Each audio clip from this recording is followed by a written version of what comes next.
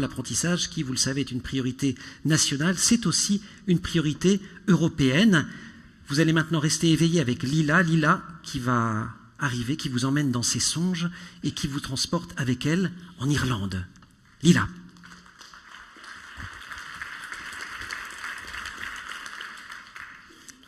J'ai fait un rêve. J'étais en Irlande. J'étais dans une chambre que je ne connaissais pas. Je me préparais, et puis je descendais dans cette maison que je ne connaissais pas non plus. Je prenais mon petit déjeuner avec ma famille.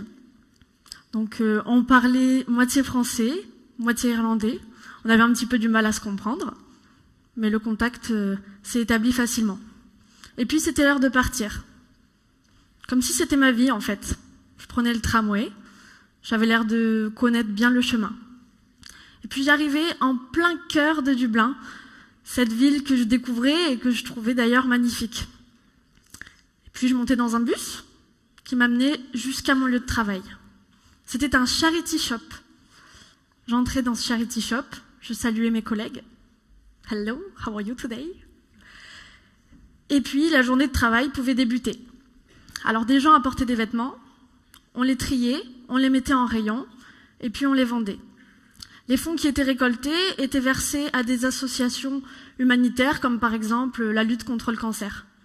Je trouvais ça très intéressant et surtout généreux de redonner une vie à des vêtements dont on ne se sert plus. Puis la journée se déroulait comme ça. À la fin, je rentrais chez moi.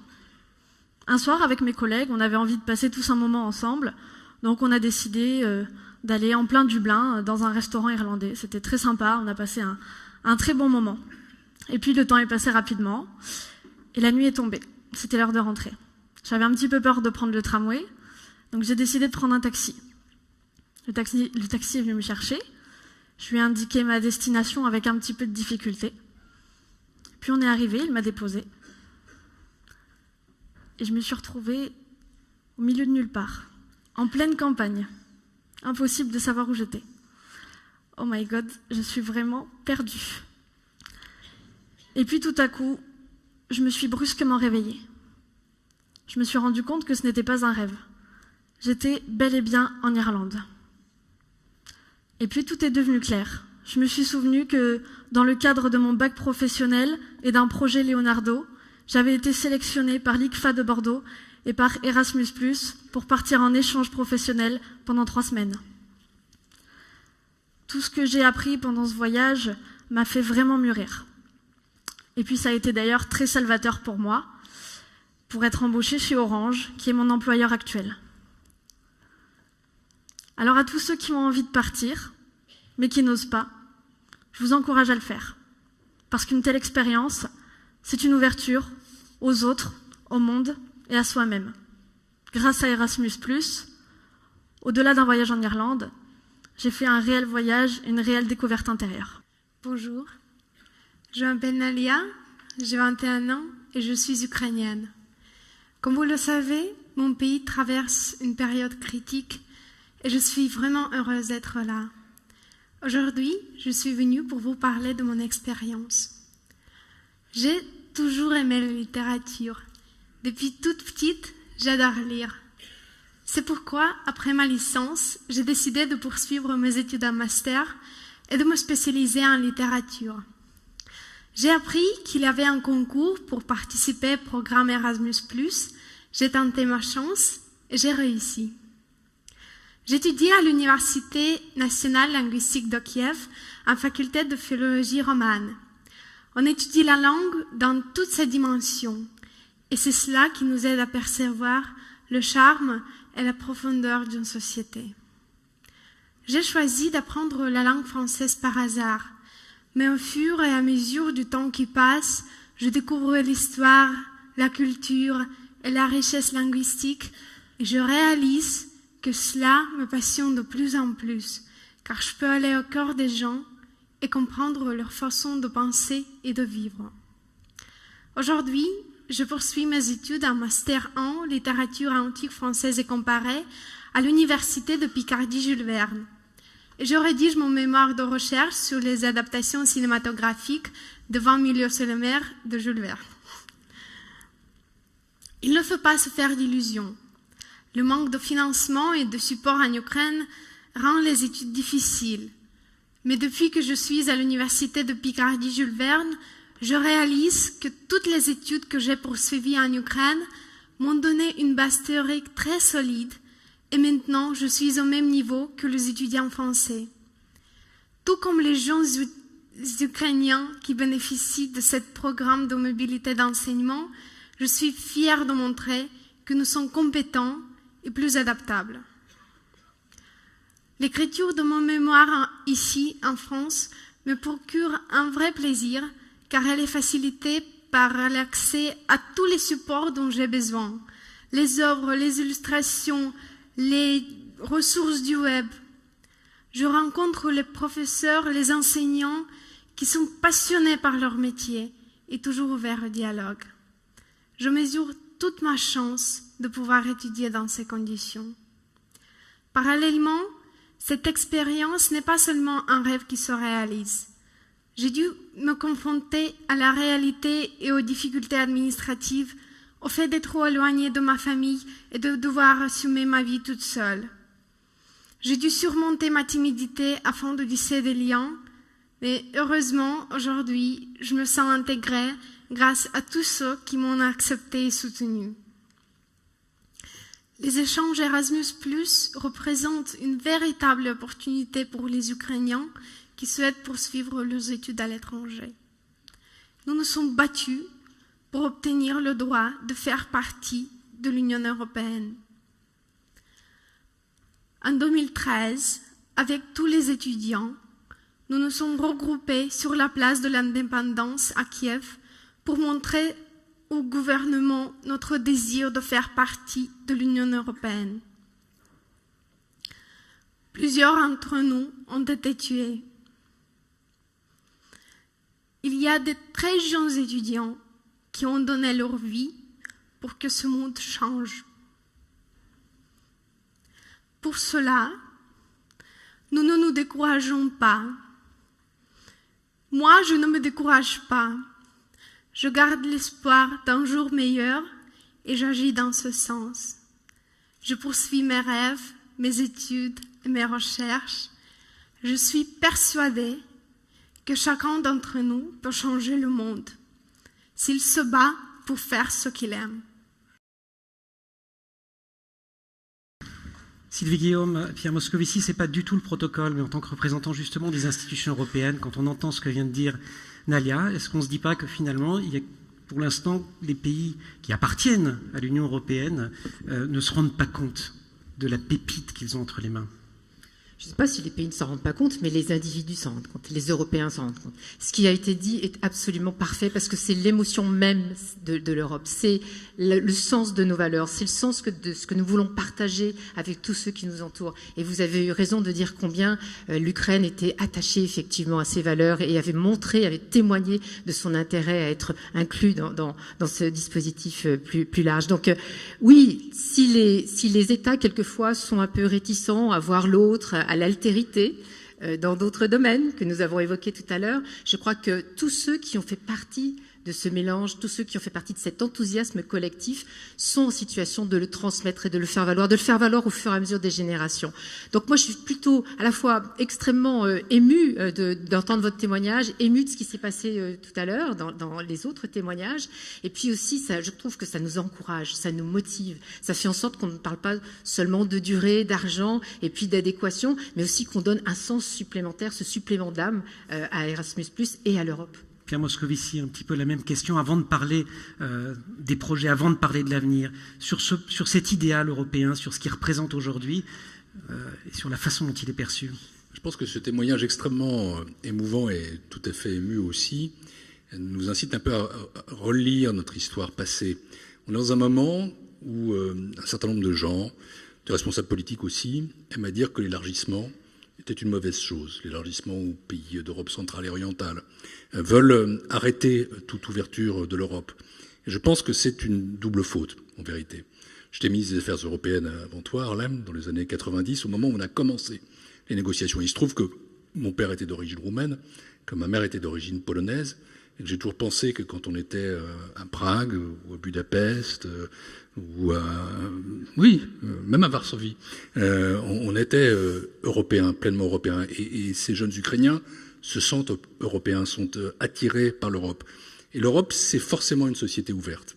Et il n'y a pas de sens, je pense, à dire qu'on arrête à un moment donné cette perspective de rassemblement. Évidemment, c'est compliqué d'élargir, c'est compliqué de s'ouvrir parce que on a besoin de faire un travail culturel qui d'ailleurs n'a pas été complètement fait sur le sens de ce que c'est que d'être européen. C'est ça d'ailleurs qui pêche aujourd'hui, l'idée qu'il se rétablit un mur qui est un mur culturel parce qu'on n'a pas encore travaillé sur l'appropriation du sentiment européen. Mais fermer les frontières, oublier qu'il y a à côté de nous, encore sur le continent européen, des jeunes, des moins jeunes, qui sont attirés par cet idéal, je pense que c'est une erreur politique absolument profonde. L'élargissement, je suis très fier que nous l'ayons fait. La réunification de l'Europe, je suis très fier que nous l'ayons faite. Je pense qu'elle n'est pas totalement parachevée. Et que si on se projette à quelques temps, parce que ça ne viendra pas tout de suite, oui, il faut continuer à penser les frontières de l'Europe, non pas comme une entité fermée pour toujours, mais comme une entité en évolution, avec des critères qui doivent être bien sûr exigeants, mais pas avec un esprit de fermeture. Lila, Nalia, si vous avez des questions à poser, des suggestions à faire, ça va être le moment. Je ne suis pas obligé de vous donner la parole à la seconde si vous ne voulez pas. Elle se regarde, là, Jean. Vas-y, toi. Non, toi d'abord. Je peux commencer par poser une question à Sylvie Guillaume, mais vous me faites signe après, qui est vice-présidente donc, du Parlement européen, qui représente aujourd'hui le président de cette institution. Une des priorités que vous défendez fortement aujourd'hui, c'est d'ouvrir ce programme encore davantage aux jeunes les moins qualifiés. C'est ça l'urgence pour faire progresser Erasmus+, et au-delà pour faire progresser l'Europe ? Oui, notre réflexion, c'était de se dire si on a pu le faire pour toutes ces générations de personnes avec des profils plutôt de haut niveau, on peut et on doit le faire aussi pour ceux qui sont peut-être un peu plus loin de cette connaissance, qui ont d'autres types de connaissances, de manière à les insérer dans quelque chose qui soit réellement collectif. Donc on s'est intéressé effectivement aux plus vulnérables et on s'est dit que ceux qui avaient des compétences particulières, qui voulaient les développer, il fallait qu'ils aillent aussi, selon cette expression un peu familière, qu'ils aillent voir aussi ailleurs s'ils y sont et qu'ils s'y découvrent. Et moi j'ai rencontré beaucoup, par exemple, d'apprentis qui sont rentrés d'avoir fait des stages à l'étranger, en Europe, qui m'ont dit non seulement nous, ça nous a changé, ça nous a enrichis, ça nous a apporté à la fois en termes de compétences et en termes de sûreté de nous quelque chose d'absolument fondamental, mais en face, les employeurs, les gens qui vont être amenés plus tard à utiliser ces compétences-là, savent que ces profils sont plus intéressants et ils sont à un niveau qui permet justement d'aller encore plus loin. Donc c'est un échange, c'est une façon de se renforcer mutuellement. Et on a beaucoup dit tout à l'heure, et à raison, que l'Europe avait sans doute à subir beaucoup de critiques, mais elle a aussi, dans la même phrase, à subir ce formidable compliment qui est de dire qu'elle est en situation de pouvoir se battre politiquement pour que Erasmus+ ne disparaisse pas. Il y a eu des risques. En 2012, il y a eu des risques extrêmement sérieux. Tout le monde s'est mobilisé. Tous ces progressistes se sont mobilisés. On a augmenté le budget et on a fait en sorte que ce programme résiste. Donc, il est encore amené à se développer, à toucher sans doute plus encore à l'inclusion des individus, à la lutte contre les discriminations, à la reconnaissance mutuelle des crédits pour que nous nous rapprochions de standards réellement communs dans l'Union européenne et que nous fassions en sorte effectivement que les plus vulnérables soient aussi bénéficiaires de ces programmes. Mais c'est une question de motivation et de volonté politique. Et il faut vraiment budget quand il faudra voter. Le budget aussi, mais nous l'avons voté. 2012, nous avons mis ça en route. Un petit peu l'histoire aussi. À un moment donné, il y a eu des craintes considérables. Il y a eu des craintes considérables et une énorme mobilisation. Jean Arthuis tout à l'heure était là, mon collègue du Parlement européen, président de la Commission des budgets, qui sait très bien combien nous sommes entre progressistes mobilisés sur ce sujet. Najat Vallaud-Belkacem, évidemment ministre de l'Éducation nationale, de l'enseignement supérieur et de la recherche, mais également représentante du président de la République dans cette dernière phase. En quoi, comment la France pourrait-elle agir auprès des institutions européennes pour qu'il y ait vraiment un nouvel élan pour Erasmus+? Bon, d'abord, ministre représentante du président, et je voudrais le dire pour Nalia, ancienne étudiante de l'université de Picardie Jules Verne. Moi aussi.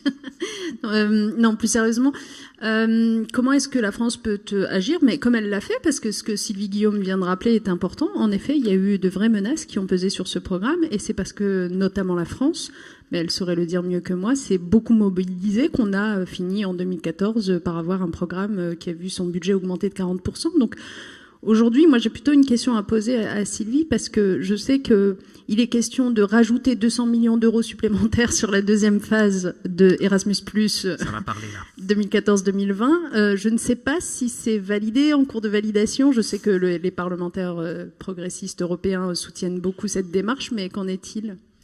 Non, pas pour l'instant. Les discussions se poursuivent. On est évidemment confrontés, nous tous, mais tu le sais très bien, au plan français comme au plan européen, et Pierre le sait encore mieux que nous, à des contingences financières importantes. Donc il faut qu'on fasse des choix, il faut qu'on mesure les bons paramètres, ce qui fait qu'on est le plus ajusté entre les besoins des uns, les volontés des autres, et puis qu'on soit accompagné aussi par les États membres qui poussent aussi, comme tu l'as dit, comme la France l'a fait. Il faut qu'on ait vraiment cet engagement collectif. C'est pas toujours très simple de se mettre d'accord entre ministres, tu le sais très bien, ministre de l'Éducation, c'est aussi le cas dans d'autres domaines. Et donc, il faut qu'on atteigne ce seuil critique-là de discussion collective et de choix, de priorité. Il y a un des choix qui s'exprimera peut-être un jour, il n'est pas tranché, je l'ai évoqué à plusieurs endroits. Il faut savoir comment on conjugue le curseur durée de séjour et bourse, crédit. Donc ça aussi, ça rentre en ligne de compte. Et je pense qu'il y a aussi il rentre en ligne de compte aussi une dimension, alors qu'on voit beaucoup en France, nous sommes en France aussi ici, c'est le soutien des collectivités à ces dispositifs. Je ne voudrais pas, moi, je le dis aussi clairement que cela, que des choix politiques dans des régions aboutissent finalement à handicaper la mobilité des jeunes Français ou l'accueil de jeunes étrangers en France. Et c'est vrai qu'on a entendu un certain nombre de craintes à cet égard. On se reporte sur l'Union européenne pour finalement financer tout cela, en ayant en même temps beaucoup de critiques sur l'Union européenne. Donc les régions, les collectivités doivent continuer de nous accompagner dans ce mouvement collectif. En tout cas, il me semble qu'il y a un argument qui doit être utilisé, c'est que finalement aujourd'hui, quand on regarde l'Europe, l'une de ses plus belles cartes de visite, c'est tout de même Erasmus, celle qui fait l'unanimité. Et sauf erreur de ma part, Erasmus, ça doit représenter 1,60% du budget de l'Union européenne. Il a dit c'est 16 milliards sur 2014-2020, c'est 1,2 milliard sur la France. Donc en fait, c'est petit dans le budget européen. Et le budget européen est trop petit aussi. C'est ça aussi. Mais en tout cas, si on pouvait trouver une meilleure corrélation entre l'importance de l'image vous demander de l'argent et tout. Dans pas longtemps, ils vont signer. Hein. Non, mais corrélation. On n'a pas tous les jours. T'as pas 200 millions, dis donc. Non mais voilà, c'est simplement... En plus, je le dis pour nous tous et je réfléchis à voix haute. Je dis simplement qu'on devrait trouver une meilleure corrélation entre l'importance pour l'image positive de l'Europe que représente Erasmus et le poids du budget qui lui est consacré dans le budget global. Merci beaucoup.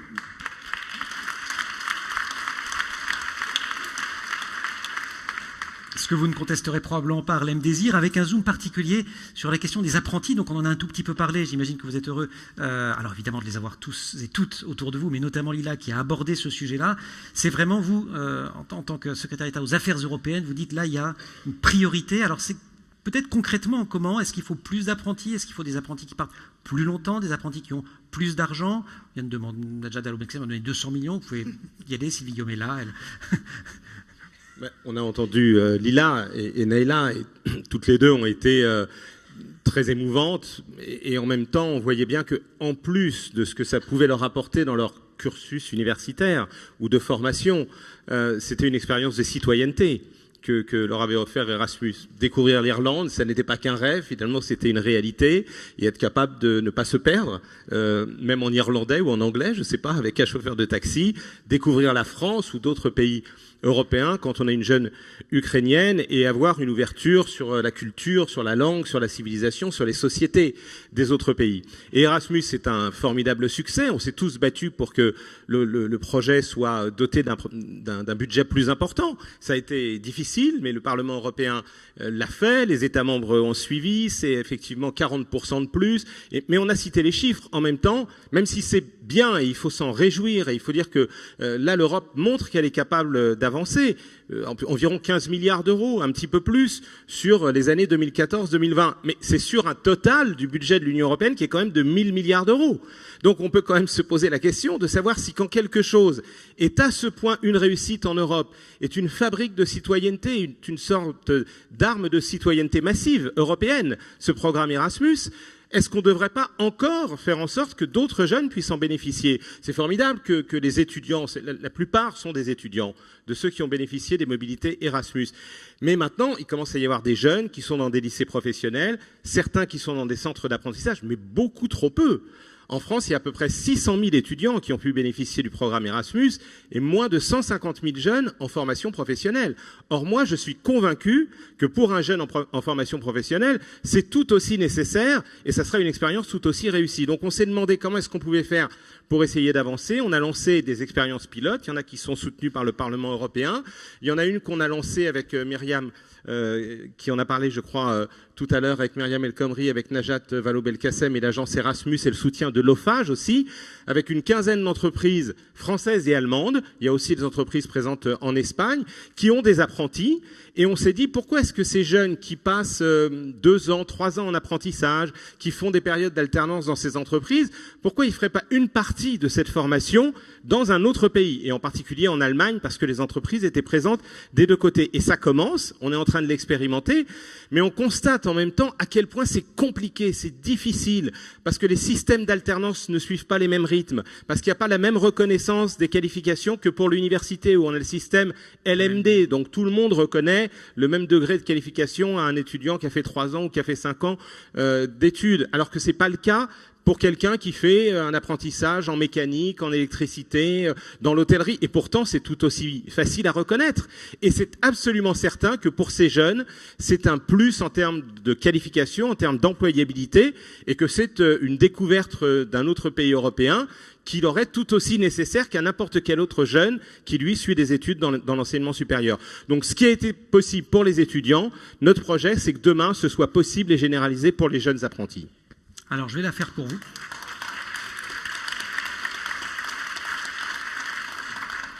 Pierre Moscovici. Un programme Erasmus Pro, cela a été évalué. Pour faire partir plusieurs centaines de milliers de jeunes en apprentissage, c'est 5 milliards d'euros. C'est pas beaucoup sur le budget. Bon, j'essaye, je débute. D'abord, je prends de l'argent. On ne va pas parler que d'argent, mais je veux embrayer sur ce que disait Harlem il y a une seconde. Erasmus, en 30 ans, a quand même beaucoup grandi et beaucoup changé.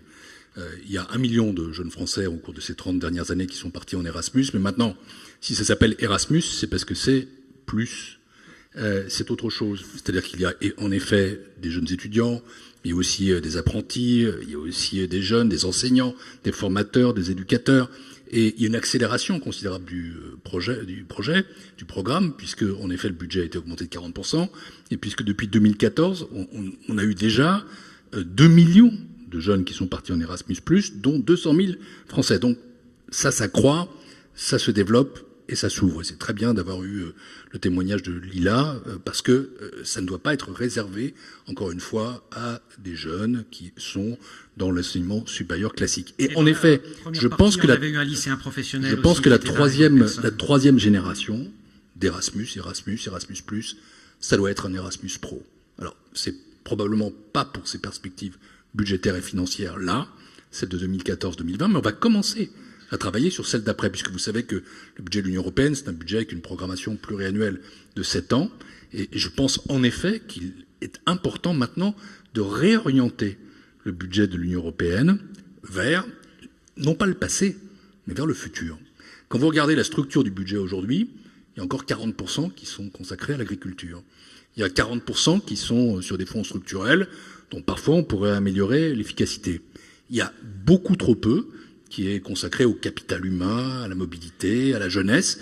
Et je pense que c'est vers ça qu'il faut être capable demain de réorienter le budget. Ça ne veut pas dire qu'on abandonne l'agriculture. Je ne vais surtout pas dire ça ici. Il y a eu déjà 5 tweets. Je ne doute pas qu'il y ait de gros problèmes. Et je le sais. Mais ça veut dire aussi qu'il faut être capable d'avoir un budget qui soit, en Europe, plus important. On cite le chiffre de 1 000 milliards. 1 000 milliards, c'est un tout petit peu moins de 1% du PIB de l'Union. Dans des États qui sont des États fédéraux, et nous en sommes très loin, le budget fédéral représente minimum, on estime que le fédéralisme budgétaire, c'est à 3%. Bref, moi je plaide pour qu'il y ait une vraie réflexion sur un budget de l'Union européenne tourné vers l'avenir, avec la priorité au capital humain, la priorité à l'éducation, et qu'on soit capable, dans ce contexte-là, en effet, d'élargir encore, de faire une 3e génération, après Erasmus+, d'avoir à côté de ça un Erasmus Pro. Parce que quand on regarde les avantages, on voit à la fois cet apprentissage de la société ouverte, l'apprentissage de valeurs communes, l'enrichissement culturel, le passeport pour l'emploi. Il y a un tiers des stagiaires en Erasmus qui se voient offrir un emploi dans l'entreprise où ils font un stage. Il y a la lutte pour l'inclusion, il y a l'apprentissage tout simplement de ce qu'est l'Europe. 83% des étudiants qui ont été et des jeunes qui ont été interrogés estiment que leur conscience européenne s'est améliorée ou accrue ou épanouie au cours d'Erasmus. Bref, c'est un outil formidable et cet outil-là, disons-le, il doit tout simplement être ouvert à tous, toute la jeunesse.